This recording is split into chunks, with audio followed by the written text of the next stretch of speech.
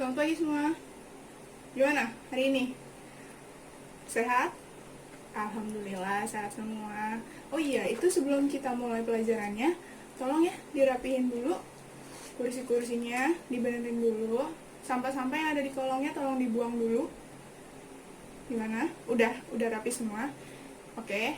Sebelum kita mulai, kita berdoa dulu ya. Ayat ketua kelas tolong pimpin doanya. Ya, bagus. Oh ya, sekarang ibu mau absen dulu ya.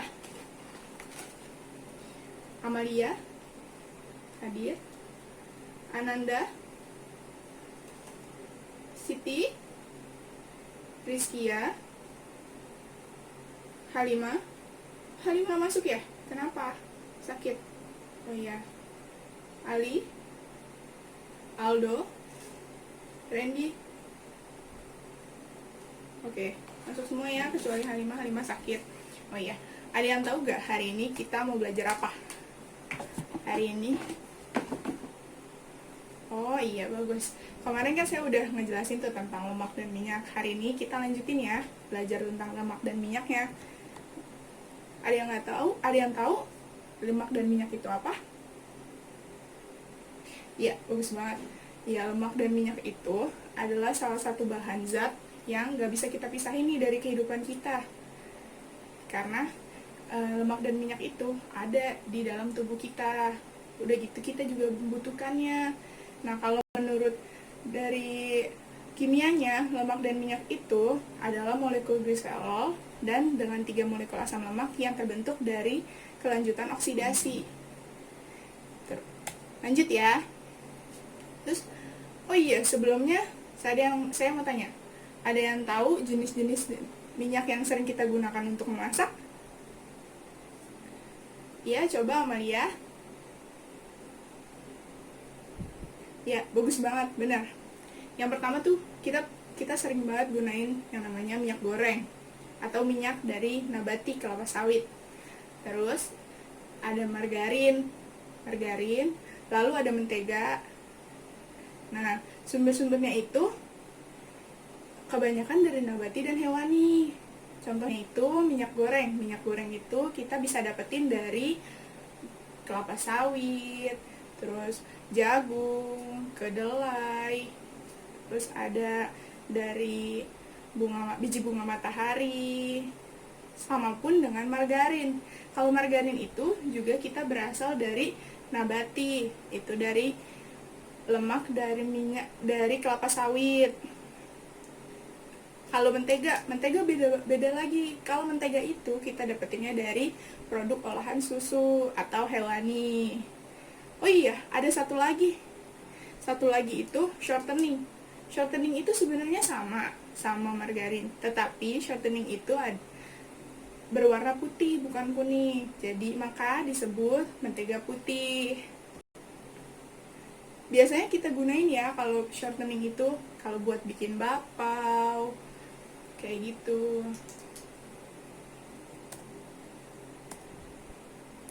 Oh iya, di dalam tubuh juga banyak tahu jenis-jenis lemak.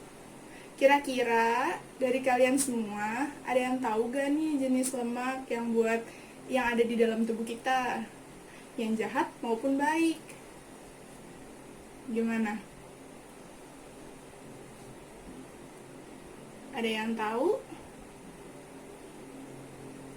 Oh baik, belum ada yang tahu ya.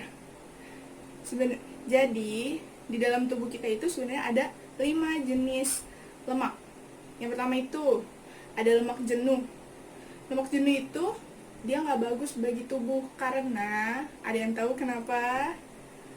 Ya bener banget, bisa bener banget.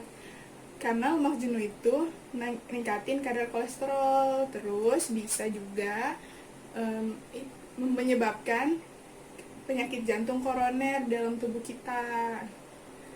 Terus ada apa lagi? Ya, ada lemak trans. Benar banget. Lemak trans itu juga salah satu yang membuat atau penyebab dari penyakit jantung koroner. Lemak trans itu juga nggak bagus, dia sama lemak jenuh. Ada juga loh lemak yang baik bagi tubuh. Lemak yang baik bagi tubuh itu adalah yang pertama lemak tak jenuh ganda. Lemak tak jenuh ganda itu bagus bagi tubuh karena dia bisa menurunkan kadar kolesterol, membantu menurunkan kadar kolesterol dalam tubuh. Terus ada lagi loh, ada yang tahu gak selain lemak tak jenuh ganda? Apa yuk kira-kira? Ya Ali, wah bagus banget nih, lemak tak jenuh tunggal. Ya bener banget, lemak tak jenuh tunggal itu lebih baik dibandingkan dengan lemak tak jenuh ganda, walaupun mereka sama-sama bagus. Karena lemak tak jenuh tunggal itu dia lebih bagus untuk menurunkan kadar kolesterol, lebih cepat untuk menurunkan kadar kolesterol gitu. Oh iya, ada yang tahu juga nggak kolesterol itu sendiri apa? Kolesterol itu sebenarnya udah ada nih dalam tubuh kita. Tubuh kita sudah memproduksi kolesterolnya sendiri. Tetapi terkadang kita membutuhkan kolesterol dari luar. Tetapi dengar dulu ya, gak semua kolesterol itu jahat. Kolesterol itu baik jika cukup ada di dalam tubuh. Jadi kalau misalkan kita kebanyakan, itu gak bagus juga. Soalnya kalau kolesterolnya terlalu banyak, itu akan menyebabkan plak yang ada di dalam pembuluh darah. Itu dia, makanya bisa terjadi stroke, jantung koroner, penyumbatan pembuluh darah. Nah, sama penyakit kolesterol itu sendiri, dia tuh plak yang lama-lama akan ditimbun, akan lama-lama menjadi banyak. Terus pembuluh darah kita menjadi tersumbat dengan kolesterol itu sendiri. Tuh. Oh iya, sekarang saya minta satu kelas ini buat kelompok menjadi 5-5 ya. Satu kelompok itu menjadi 5 orang. Buat menjadi 5 kelompok. Saya mau tahu fungsi dan manfaat lemak yang kalian tahu. Kalian diskusikan, lalu kalian maju ke depan satu-satu. Oke? Saya kasih waktu 10 menit. Ayo, sekarang bikin kelompoknya ya. Nanti hasilnya diserahkan ke saya dalam bentuk kertas. Oke?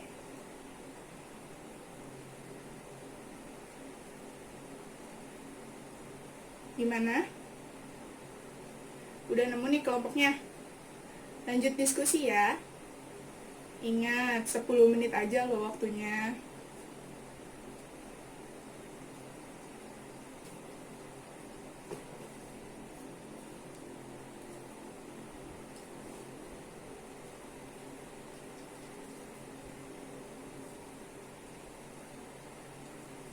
Gimana? Udah pada dapat? Oh iya, referensinya boleh dari mana aja ya? Dari internet boleh, dari buku lebih baik. Dari internet kita juga harus cari-cari, biar kita nggak salah.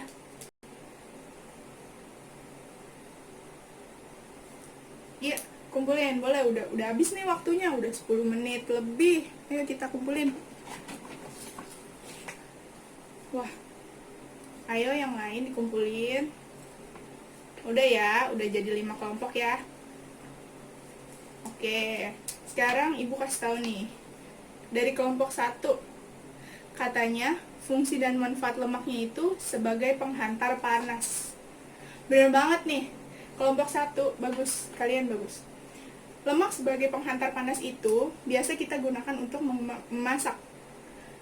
Kita biasanya kalau mau memasak atau menggoreng, menumis, itu pasti kan kita menggunakan lemak terlebih dahulu kan, sebelum memasukkan bahan-bahan lainnya. Bisa dari margarin, bisa dari mentega, ataupun minyak kelapa sawit itu sendiri.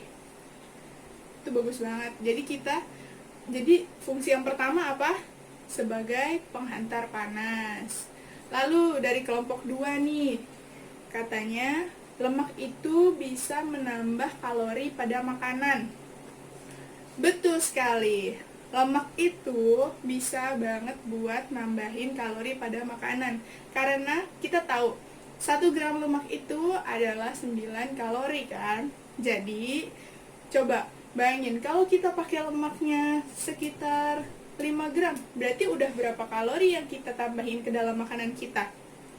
45 kan? Bagus banget nih kalian. Terus dari kelompok 3, katanya lemak itu dapat memperbaiki tekstur pada makanan. Kenapa nih? Ayo, ada yang tahu gak? Ayo kelompok 3. Kenapa lemak tuh bisa dapat memperbaiki tekstur pada makanan?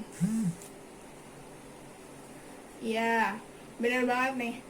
Lemak itu dapat memperbaiki tekstur pada makanan, bisa juga membuat makanan itu menjadi lembut. Ya, dan lebih berminyak, lebih moist kalau ditambahin dengan lemak. Terus ada lagi kata kelompok 4, lemak tuh bisa menambah cita rasa pada makanan. Benar. Jadi bagus banget. Maksudnya menambah cita rasa pada makanan itu, karena kan lemak itu sendiri udah memiliki rasa ya. Seperti margarin. Margarin itu sudah memiliki rasa yang cukup asin. Nah, dalam makanan itu bisa banget buat nambahin rasa asinnya dari margarin. Butter juga cukup bisa banget buat nambahin flavor pada makanan itu sendiri. Iya, bagus nih kelompok 4. Terus yang terakhir. Iya, yang terakhir nih dari kelompok 5. Kata kelompok 5, lemak itu bisa banget buat nambahin menjadi sumber energi bagi tubuh kita.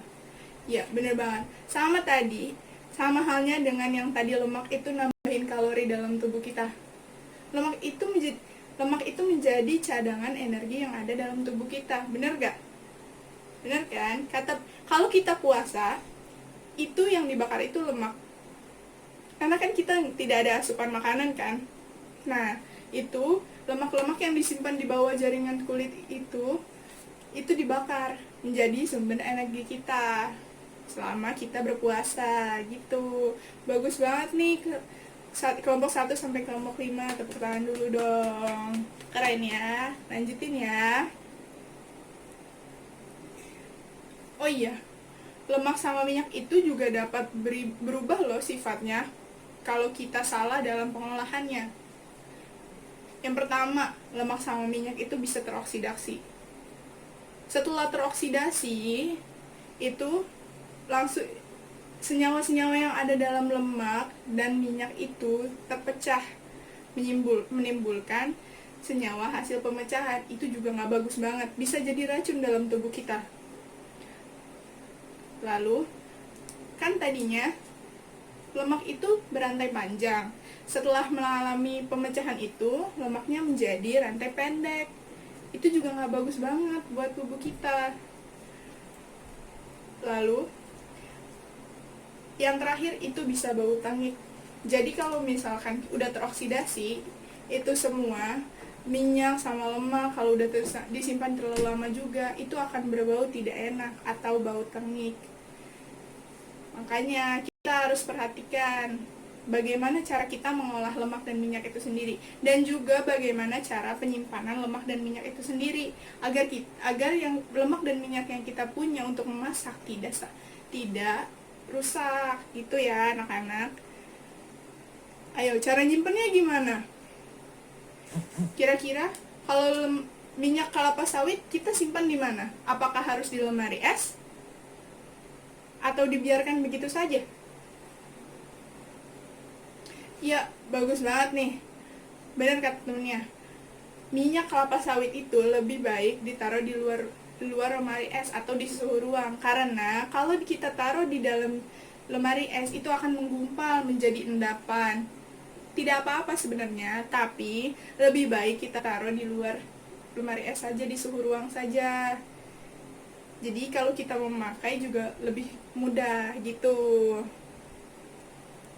Beda sama mentega. Kalau mentega ya taruhnya di mana? Ya, kalau mentega tuh taruhnya harus di lemari es, karena kalau enggak dia akan mencair.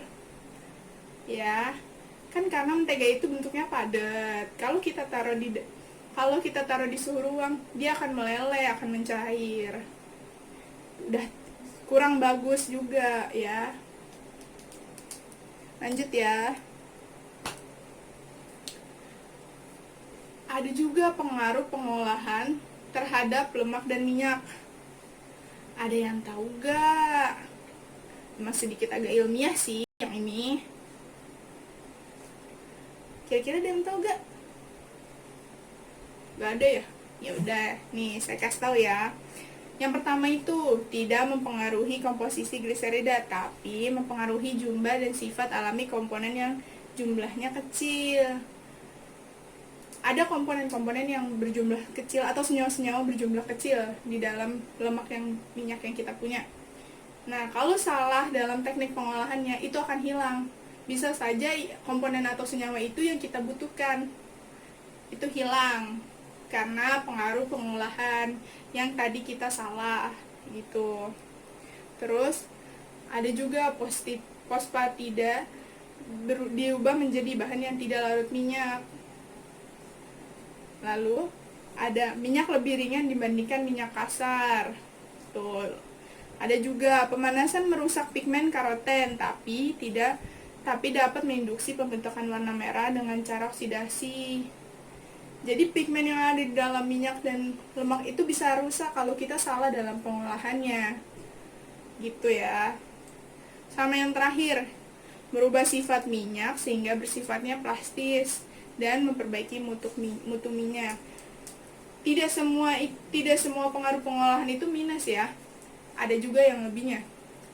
Misalnya dengan memperbaiki mutu minyak, itu pengolahannya kita harus seperti apa tadi? Seperti kayak kita penyimpanannya. Gimana nih biar mutu minyaknya tetap terjaga, tidak rusak, agar saat kita pakai itu bagus, masih bisa, dan tidak bau tengik, seperti itu. Nah, sekarang ibu punya tugas buat dikerjain di rumah. Oke? Dengan kelompok yang tadi yang sama, pelajari lebih dalam tentang pengaruh pengolahan terhadap lemak dan minyak. Minggu depan, saat pelajaran kita itu dikumpulin ya. Oh iya, itu juga berbentuk makalah dan PowerPoint ya. Nanti dipresentasikan minggu depan. Maju satu-satu. Oke? Gimana? Ada yang mau ditanyain gak? Kira-kira udah pada paham belum nih tentang lemak dan minyak? Ayo, udah pada paham belum? Kalau udah paham, ibu mau tutup kelasnya nih. Bener nih, gak ada yang mau ditanyain? Ya udah, kalau gitu pelajaran hari ini sekian dulu ya. Jangan lupa tugasnya dikerjain. Minggu depan presentasi satu-satu. Oke? Oke, terima kasih ya. Oke. Assalamualaikum.